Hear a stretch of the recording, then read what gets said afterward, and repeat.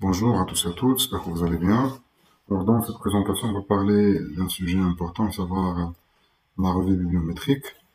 Donc, ce sujet-là, il sera présenté en deux volets. Donc, d'abord une première partie qui sera consacrée au concept de base, c'est-à-dire pour comprendre de quoi s'agit-il, qu'est-ce que c'est qu'une revue bibliométrique.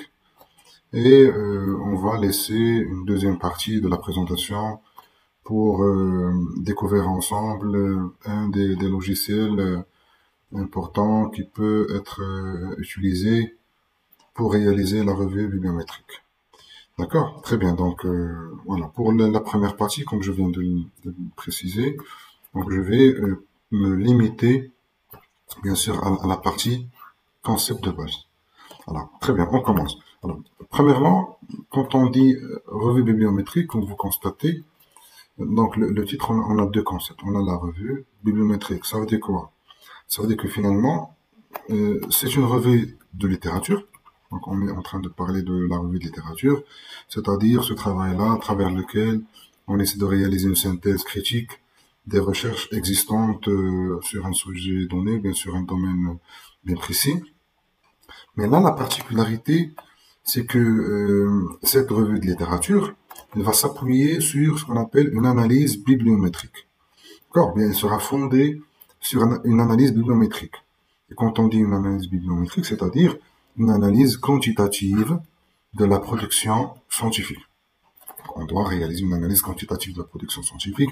Donc, on va mettre en évidence un ensemble d'indicateurs qui seront utilisés dans cette analyse-là, comme le volume de publications sur le sujet, comme le nombre de publications par tel ou tel auteur, le nombre de citations obtenues.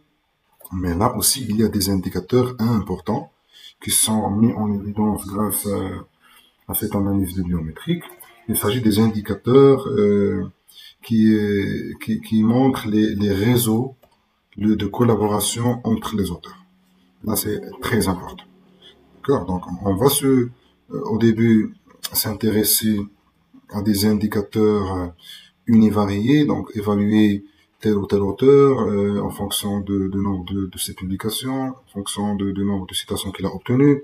Mais dans une deuxième étape, on va s'intéresser au réseau de collaboration qui existe, bien sûr, dans ce domaine-là, entre les différents auteurs, entre les différentes structures de recherche, même entre différents pays qui sont, bien sûr, avancés dans ce sujet-là, bien sûr, qu'on est en train de préparer.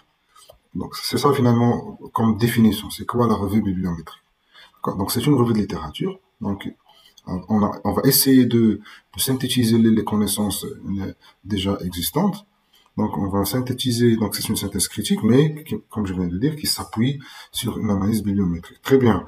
Alors, à quoi sert une revue bibliométrique? Donc, quand on va baser notre revue de littérature sur cette analyse quantitative, c'est-à-dire sur cette analyse bibliométrique, alors on peut obtenir rapidement, surtout avec des logiciels qui sont actuellement disponibles, on peut obtenir en quelques clics des informations intéressantes sur les auteurs les plus influents, sur les sources qui sont pertinentes, donc des articles scientifiques qui sont pertinents, bien sûr qu'on peut privilégier dans notre revue de littérature.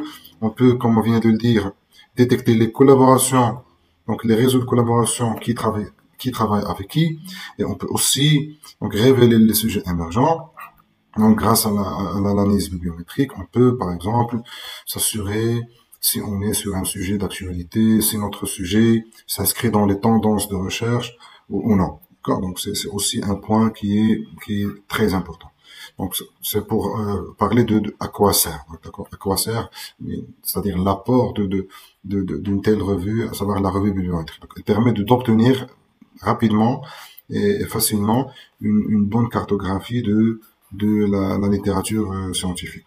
Très bien. Le point suivant, je vais vous parler de certains précurseurs. Donc, bien sûr, il faut avoir une idée sur la théorie. Et là, il y a certains noms qui ont marqué l'histoire de la bibliométrie. On a les apports, les travaux de Cole Alors ces auteurs-là, ils ont travaillé dans le domaine de la chimie, ils ont essayé donc de répertorier toute la littérature scientifique publiée entre 1850 et 1860. Bien sûr, leur objectif était de suivre l'évolution et les tendances en matière de recherche scientifique dans ce domaine-là. On a aussi les travaux de Gross. Alors ces auteurs-là, ils sont les premiers à comptabiliser non plus les documents scientifiques, mais les citations, d'accord? Donc ils se sont intéressés aux citations que les chercheurs faisaient des travaux scientifiques précédemment publiés. D'accord. On a aussi les travaux de Bradford. Donc celui-ci a établi donc une loi, c'est la loi de Bradford. C'est une théorie qui cherchait à modéliser la répartition des journaux ou des revues scientifiques selon leur aptitude à représenter un domaine scientifique bien précis. Je vais vous parler de la loi de Bradford, dans laquelle il a segmenté les revues scientifiques en trois catégories. Donc, bien, il les a placées en trois zones. La zone 1, les revues les plus influentes. La zone 2, les revues à influence modérée. Et la zone 3, les revues scientifiques à faible influence scientifique. Très bien, on va y arriver, on va revenir à ce point-là par la suite. On a aussi les travaux de Sur la presse. Alors, Sur la presse, son apport, c'était quoi? Il a essayé de montrer que l'activité scientifique, la production scientifique, ne peut pas être régie uniquement par des techniques quantitatives, à savoir par l'emploi de la statistique ou bien par la rigueur en mathématiques. Donc, dans son rapport, il a essayé de montrer que l'activité scientifique peut être régie également selon des règles sociologiques. Hein, d'accord? Donc là, il a mis en évidence certains phénomènes pour appuyer son raisonnement. Donc, parmi ces phénomènes-là, deux sont importants. Il y a le phénomène de la création, ce qu'on appelle la création des collèges invisibles. Des collèges invisibles, voilà, entre des auteurs qui se reconnaissent mutuellement, d'accord, ce qui leur permet d'améliorer leur impact et leur valeur dans la communauté scientifique, ou bien au sein de la communauté scientifique. Et il y a aussi le phénomène de l'avantage du cumul. L'avantage du cumul, d'accord. Donc voilà, je vous donne un peu de théorie pour avoir suffisamment d'informations par rapport au sujet de la bibliométrie. On a aussi les travaux de Garfield. Alors Garfield, lui, il a mis en marche une nouvelle technique. Il a proposé une nouvelle technique d'évaluation de l'activité scientifique. D'accord? Donc pour lui, l'activité scientifique, l'évaluation d'activité scientifique doit être basée en premier lieu sur l'étude des citations. D'accord? Donc pour lui, il faut privilégier l'étude des citations dans l'évaluation de l'activité scientifique. C'est à lui que revient la création de l'Institute for Scientific Information, d'accord, avec pour but de collecter les articles publiés dans les revues les plus prestigieuses à travers le monde, et ce dans toutes les branches de la science. Très bien, donc je vous ai parlé un peu des précurseurs. Maintenant, je vais vous parler de ce qu'on appelle les distributions bibliométriques. Alors, souvent, quand on réalise une analyse bibliométrique, on a ce type de graphe. D'accord, on obtient cette forme de graphe. Alors pourquoi? Parce que dans la production scientifique, on distingue entre deux éléments. On distingue entre ce qu'on appelle le cœur. Alors le cœur, on peut lire ici, il représente le groupe d'éléments qui apparaissent le plus fréquemment dans l'ensemble des références bibliographiques.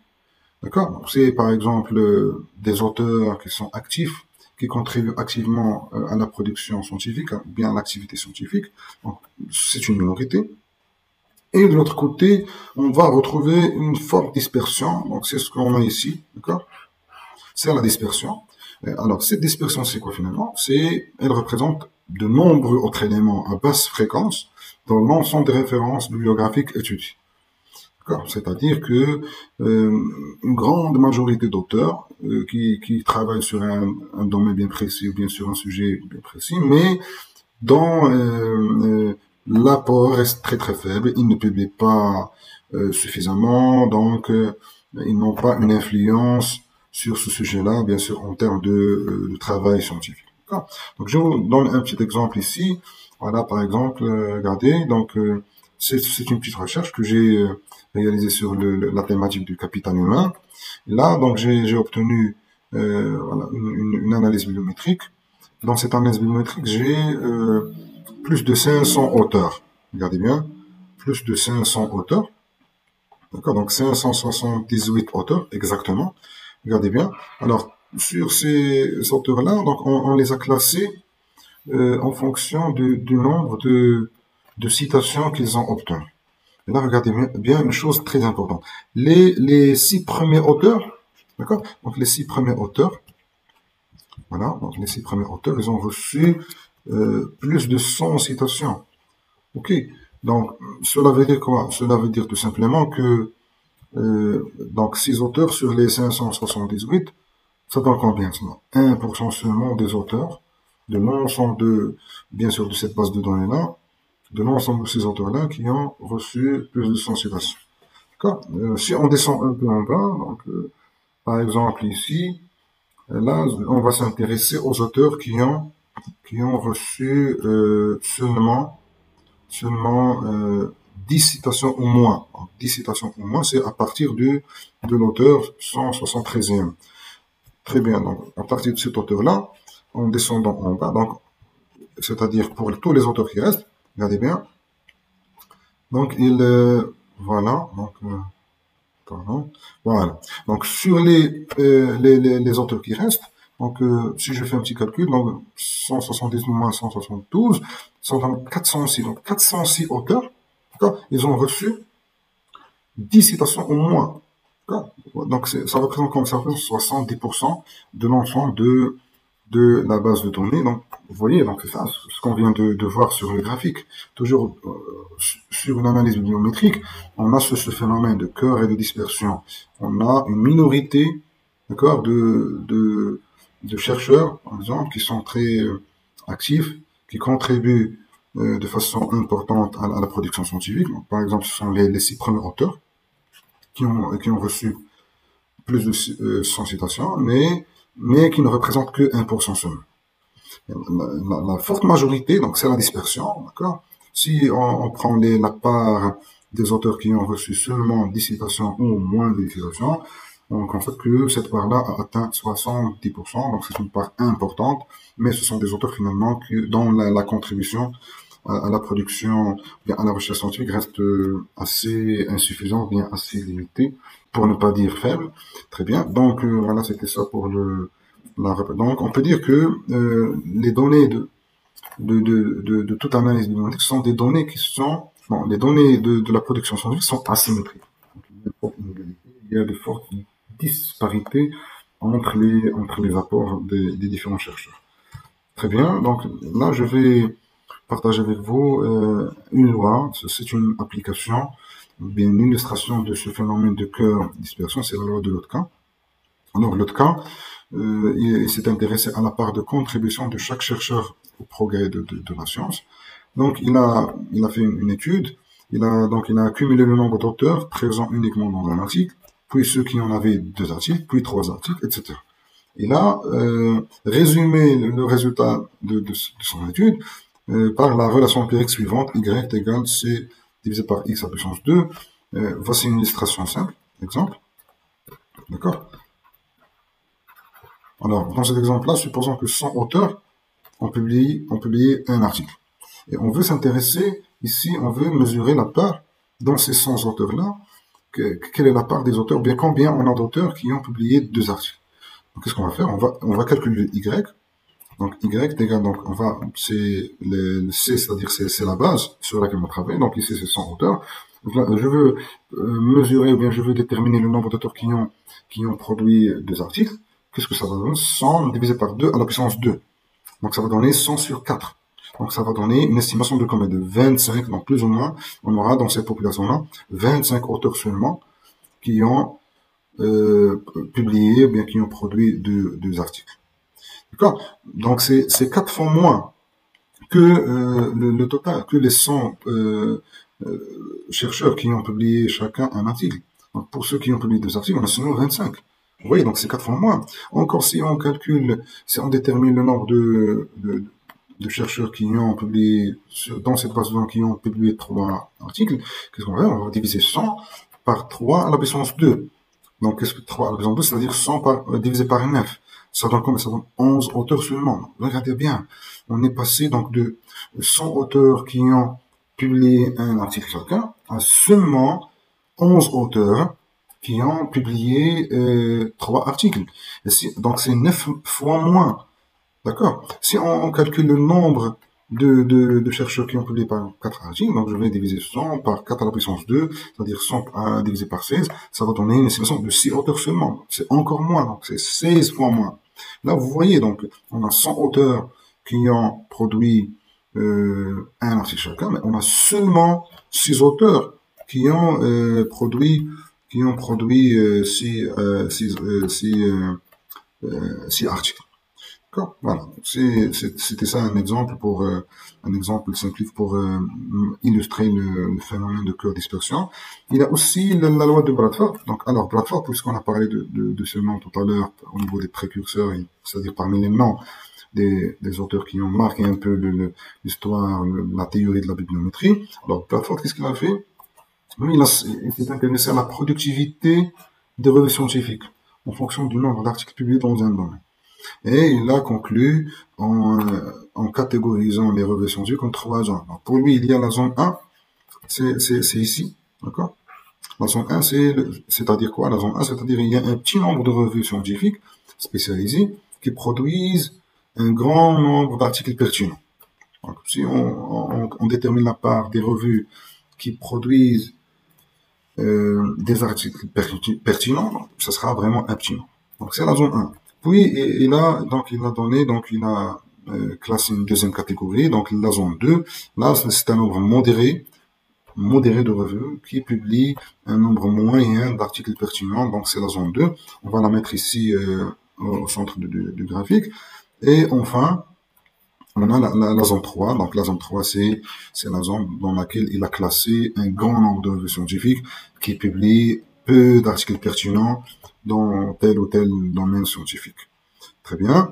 Voilà, donc c'était ça, un peu de théorie sur la bibliométrie. Je vous remercie pour votre attention. J'espère que la présentation était enrichissante pour vous. Maintenant, on va arrêter l'enregistrement pour bien sûr préparer l'enregistrement suivant sur l'utilisation de VOS Viewer, comment utiliser ce logiciel-là pour préparer une bonne analyse bibliométrique qui peut bien sûr être utilisée dans notre revue scientifique. Je vous remercie pour votre attention et à très bientôt.